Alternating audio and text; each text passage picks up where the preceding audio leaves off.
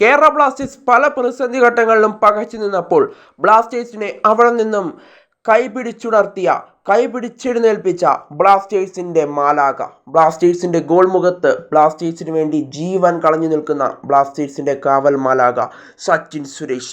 അങ്ങനെ സച്ചിൻ സുരേഷ് തിരിച്ചെത്തുകയാണ്. പരിക്കുകൾ കഴിഞ്ഞ് താരം അങ്ങനെ തിരിച്ചെത്തുന്നു. ISL 10ാം സീസണിന്റെ പകുതിയായപ്പോൾ ചെന്നൈയിൻ FC-ക്കെതിരെയുള്ള മത്സരത്തിലായിരുന്നു താരത്തിന് പരിക്കേറ്റത്. പിന്നീട് താരത്തിന് സീസൺ ആകെ നഷ്ടമാവുകയായിരുന്നു. എന്നാൽ അങ്ങനെ താരം ഇപ്പോൾ തിരിച്ചെത്തിയിരിക്കുകയാണ്. തായ്ലാൻഡിലുള്ള ബ്ലാസ്റ്റേഴ്സിന്റെ പ്രീ സീസൺ മത്സരങ്ങളുടെ സ്ക്വാഡ് വന്നപ്പോൾ അതിൽ സച്ചിൻ സുരേഷ് ഉൾപ്പെട്ടിരുന്നില്ല. കാരണം താരത്തിന് പരിക്ക് പൂർണ്ണമായും മാറിയിട്ടില്ലായിരുന്നു. അതുകൊണ്ട് തന്നെ താരം സ്ക്വാഡിലില്ലായിരുന്നു.